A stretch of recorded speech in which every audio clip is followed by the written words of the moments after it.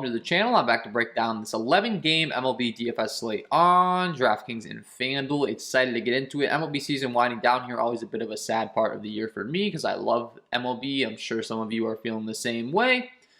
But with that being said, we still have a little bit of game left here. We have the playoffs and more money to be won. So the goal is to go ahead and get you guys into that money cash line tonight. We're going to go ahead and do that. Don't forget to stay tuned to the end of the video for my home run call of the day. And if you are interested in NFL DFS, I am providing content and a premium package for that as well, just as I do MLB.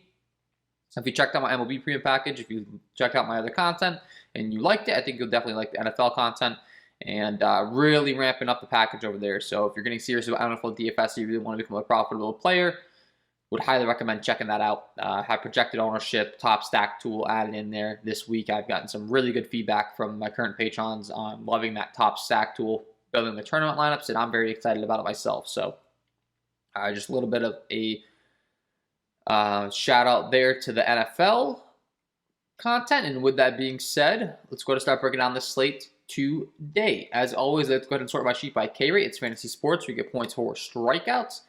And the top guy on the slate today is going to be Brandon Woodruff taking on the St. Louis Cardinals. He comes in with a 29.6% K overall, a 12.8 swinging strike rate, 28.3% K rate to righties, and a 30.9% K rate to lefties. Very good stuff across the board as far as ground ball, fly ball, slugging. All of the above has been very dominant. And the only downside really is the matchup taking on this St. Louis Cardinals team tonight that doesn't strike out the most. However, when you're looking at the Vegas lines, they only have a 3 implied run total. Not really expected to put up many runs here. And Woodruff is a 213 favorite. So everything kind of adds up for him there. He's 10-2 on FanDuel. Over on DraftKings, they have him priced at 10-4. Then you're looking at his recent performances. He's been 92, 101 in 90 pitches, 8 strikeouts, 6 strikeouts, and 7 strikeouts. Continuing to really keep it rolling, at least 6 innings pitched in each of those games.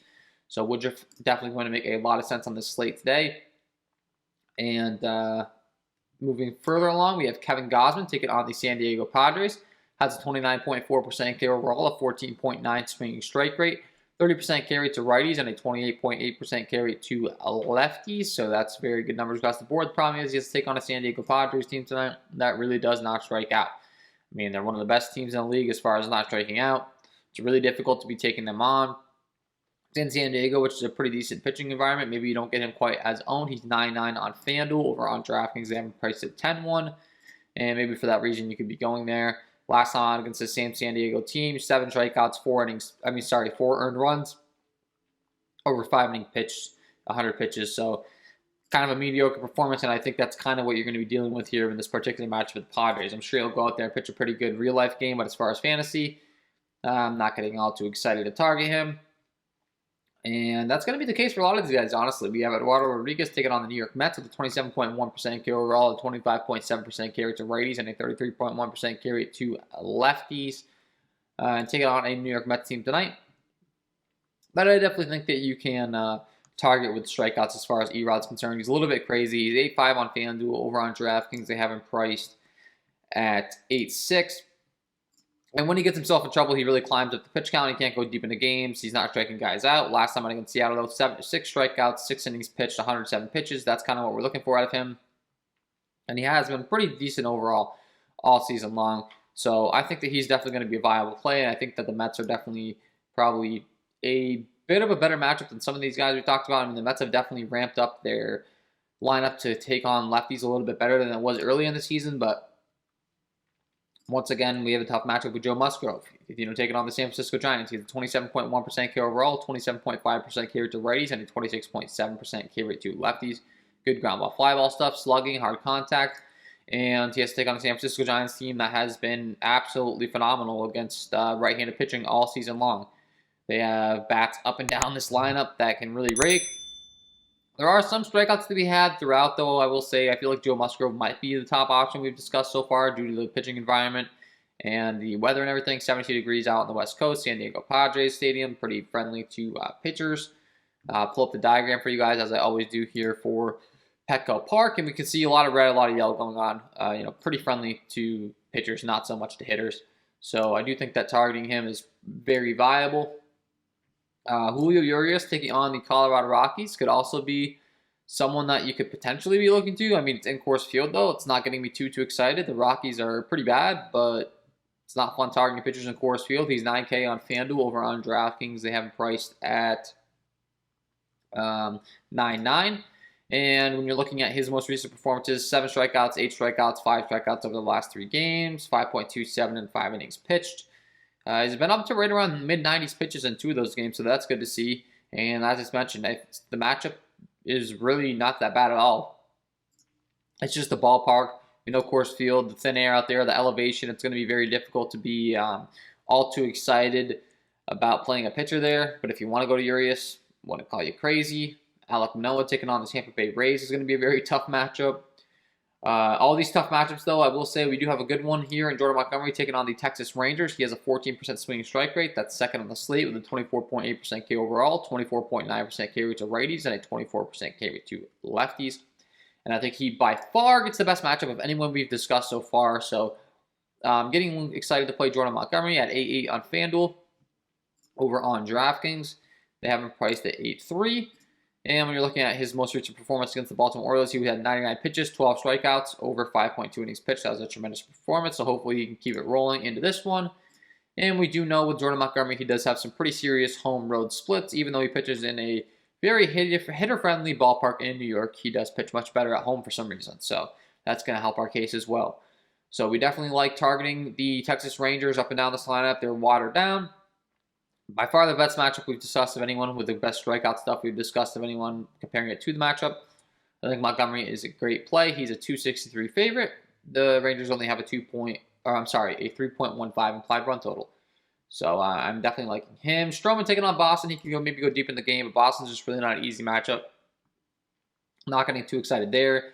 Jose Urquidy taking on the Angels. They've been a team I've been targeting the whole latter half of the season because their lineup's just really been that bad, especially from a strikeout rate perspective. But the problem really is going to come down to whether or not Urquidy's actually going to have the pitches to get you there in tournaments. He's 9K on DraftKings. He's been right around like 70, 80 pitches.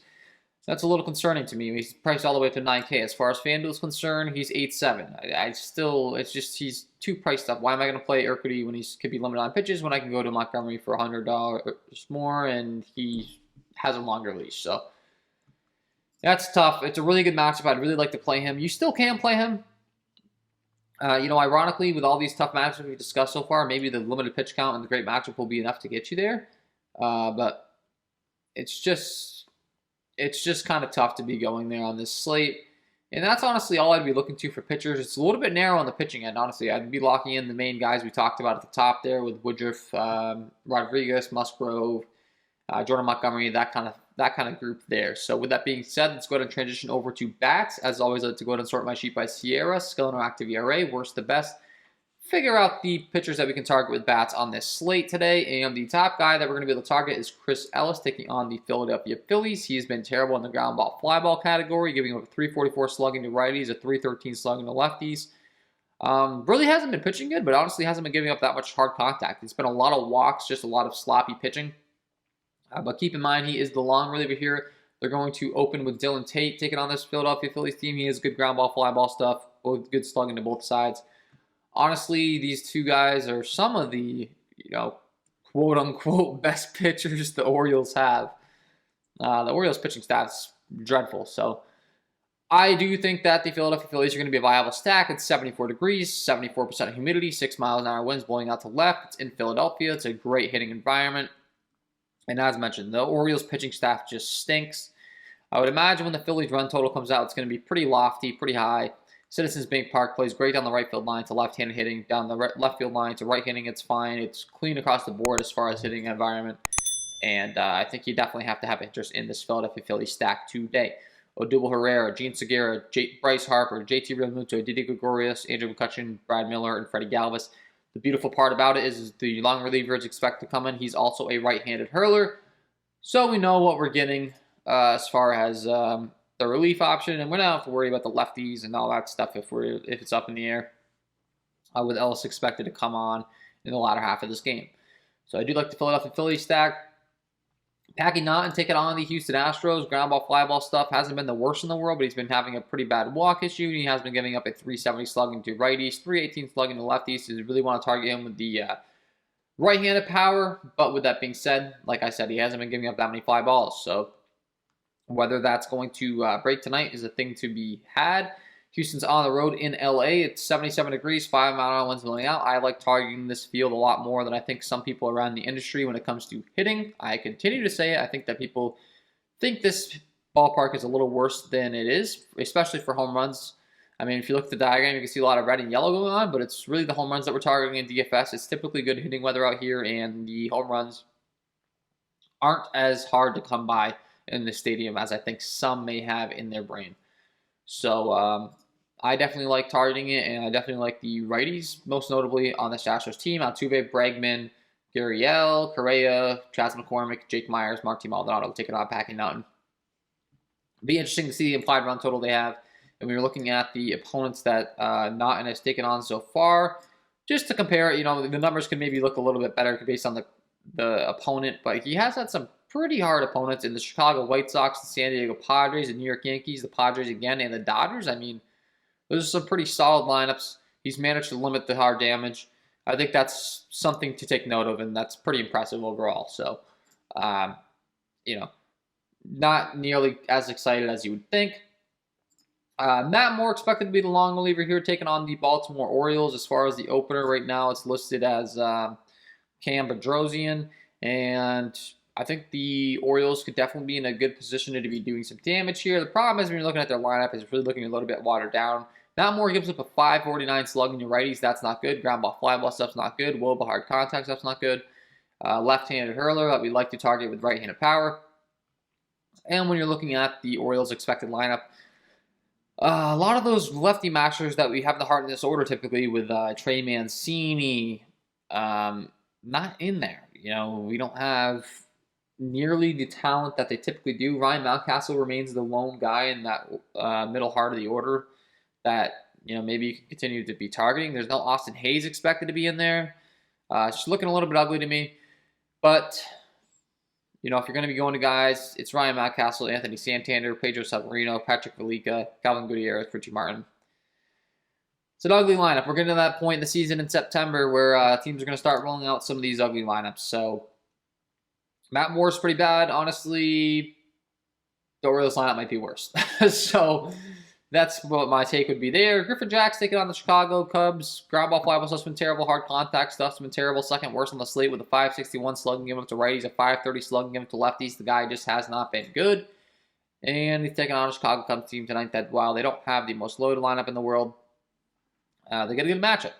Problem is, there are 18-mile-an-hour winds blowing in from left center. It's only 64 degrees. That's terrible hitting weather, and it's in Wrigley Field, Chicago, the most wind-impacted stadium in the league because of how openly built this designed stadium is. When the wind's blowing out, it's very significant. When the wind's blowing in, it's very significant. And I'm going to have a hard time justifying stacking in that type of hitting weather because even if they are able to get some runs on the board, it's probably not going to be in the form of the home run. And it's probably going to be very ugly. So, Jax is terrible, but the hitting weather, I think, is going to be enough to deter me from really getting excited about this stack. That's just really bad hitting environment. Marco Gonzalez taking on the Oakland Athletics has been pretty decent as far as our contact, but the ground ball, fly ball stuff's been really bad, and specifically against righties, he's been giving up a 536 slugging to righties with a 361 Woba, terrible ground ball, fly ball stuff, so we definitely like to target him with right-handed power. Against lefties, not so lucky as far as the matchup. He's been very good against them. So the Oakland Athletics righties are definitely going to be in play tonight. 84 degrees, 9-mile-an-hour winds blowing out to right center. It's in the Oakland Coliseum. Not the best hitting environment whatsoever, but this A's lineup is designed to hit left-handed pitching very well. Josh Harrison, Starling Marte, Matt Chapman, Mark Canha, Chad Pinder, Chris Davis with a K, one of my personal favorites going back about 3 years to where that man won me a tremendous amount of money. Sean Murphy, Elvis Andrus. I might have to just go ahead and stack up these A's and put in Chris Davis with the K for old time's sake. But no, the guy's got absolute power. He had a wrist injury, and he hasn't really quite been the same since. But overall, this lineup is really designed to hit left-handed pitching very, very well. Extremely well. Even, Elvis Andrus at the bottom. He's had a terrible year, but he's designed to hit lefties a lot better than righties, typically, looking at his career numbers. So I think the A's are an interesting stack for sure. Jake Woodford taking on Milwaukee. He's pretty easy to break down. Against lefties, he's been terrible with a 577 slugging, give it up Righties, he has been much better with a 293 slugging given up, so it's really the lefties that you're looking to target him with on Milwaukee. So if you want to go to the Milwaukee stack, I would be playing strictly lefties, and it's in Milwaukee, which is a great ballpark to be targeting left-handed power. Love targeting lefties in Milwaukee on that right field line. You can see green across the board. Plays very friendly to those left-handed batters. So if I'm going to the stack, that's who I'm going with. I'm going Colton Wong, I'm going Christian Yelich, Eduardo Escobar, Omar Narvaez, Daniel Vogelbach, Jackie Bradley. And you can't throw in the righties, of course. Avisail Garcia, great hitter. Willie Adames, great hitter. But I do lean strongly towards the lefties. Try to get most of them in there. Paul Blackburn taking on the Seattle Mariners in that same game. He's been really terrible against righties. Lefties, he's been a little bit better. Yeah, ground ball, fly ball stuff hasn't been terrible. He's still giving him a 545 slugging the righties. So you can make a case for some Seattle bats. Their lineup's not really good. But Ty France, Mitch Haniger, pretty decent one-offs. And then round out your stacks with the rest of the lineup if you want. But that's not something I'm getting too excited about.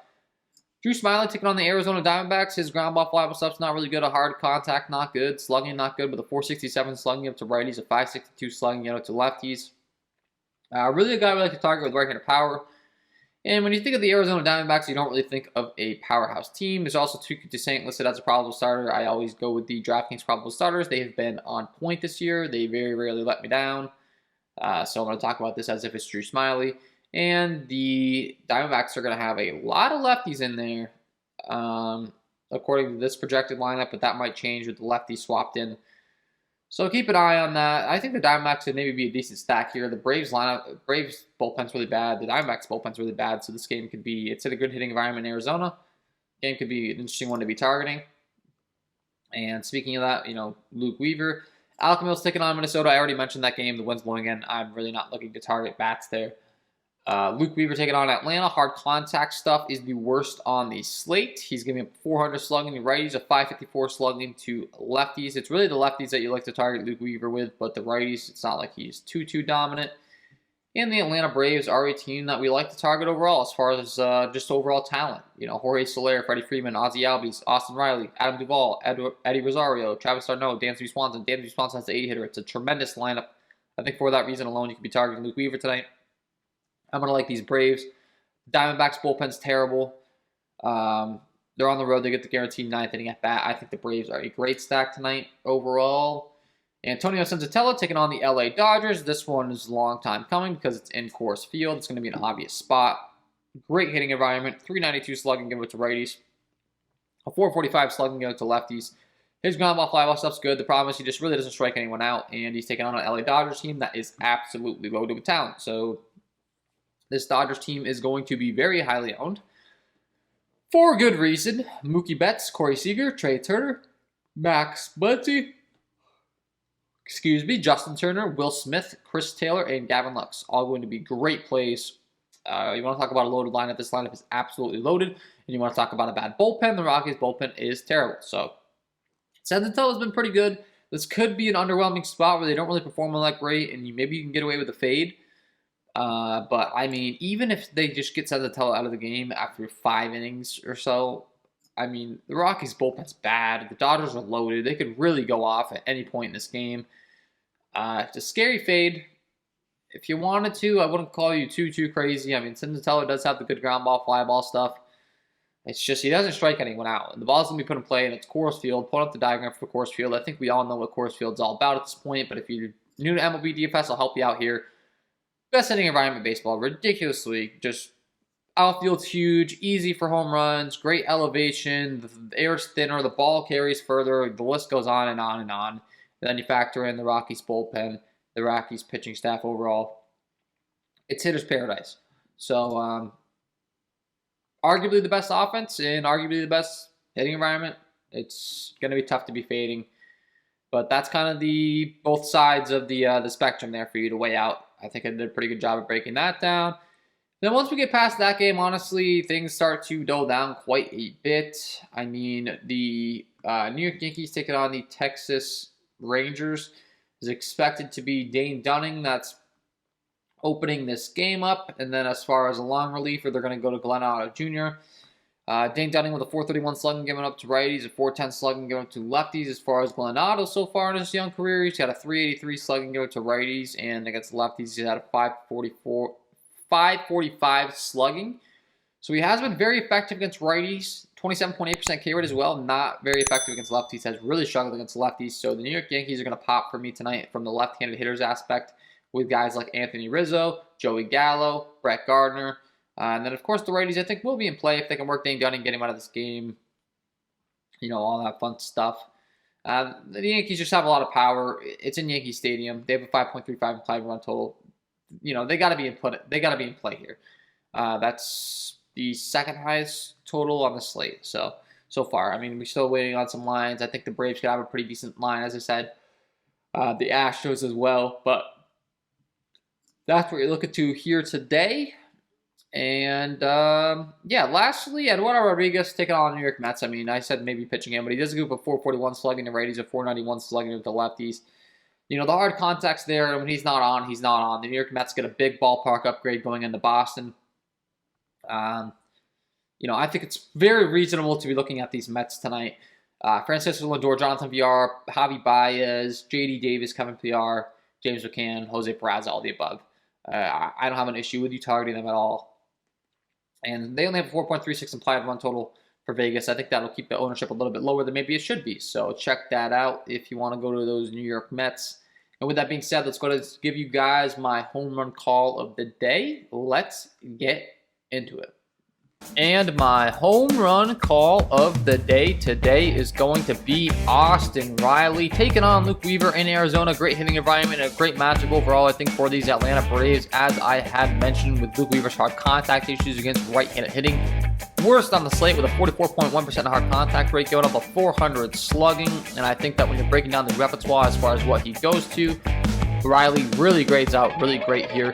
Fastball changeup combination. He really goes to the fastball changeup. Pretty much that's his whole repertoire. 65% of the time the fastball, 21% of the time the changeup. And then when you're breaking down how Riley features against both of those pitches, against the fastball, Luke Weaver is going to be on average about a 93 mile an hour fastball, and Austin Riley features a 367 ISO with a 430 WOBA against that pitch. And as far as when he breaks out the changeup, that's not an issue either because Riley features a 265 ISO with a 349 WOBA. Love this spot for Austin Riley. Get him in your lineups because he is my home run call of the day. So there you have it, guys. Austin Riley. Get him in your lineups. And that is all from me in this one. If you did enjoy the content, if you could please take a moment to leave a like on this video, subscribe to the channel, hit the notification bell so you don't miss any future content that I upload. That would be greatly appreciated. If you're getting into NFL DFS, go ahead and check out that content coming up this week. Going to have a first look video, some more content later on in the week. Excited for the upgrade to the Patreon tools as well if you're interested in that. The premium package, I think it's going to help you become a much more profitable player, so check it out. Wish you guys all the best of luck tonight, and we will see you in the next one.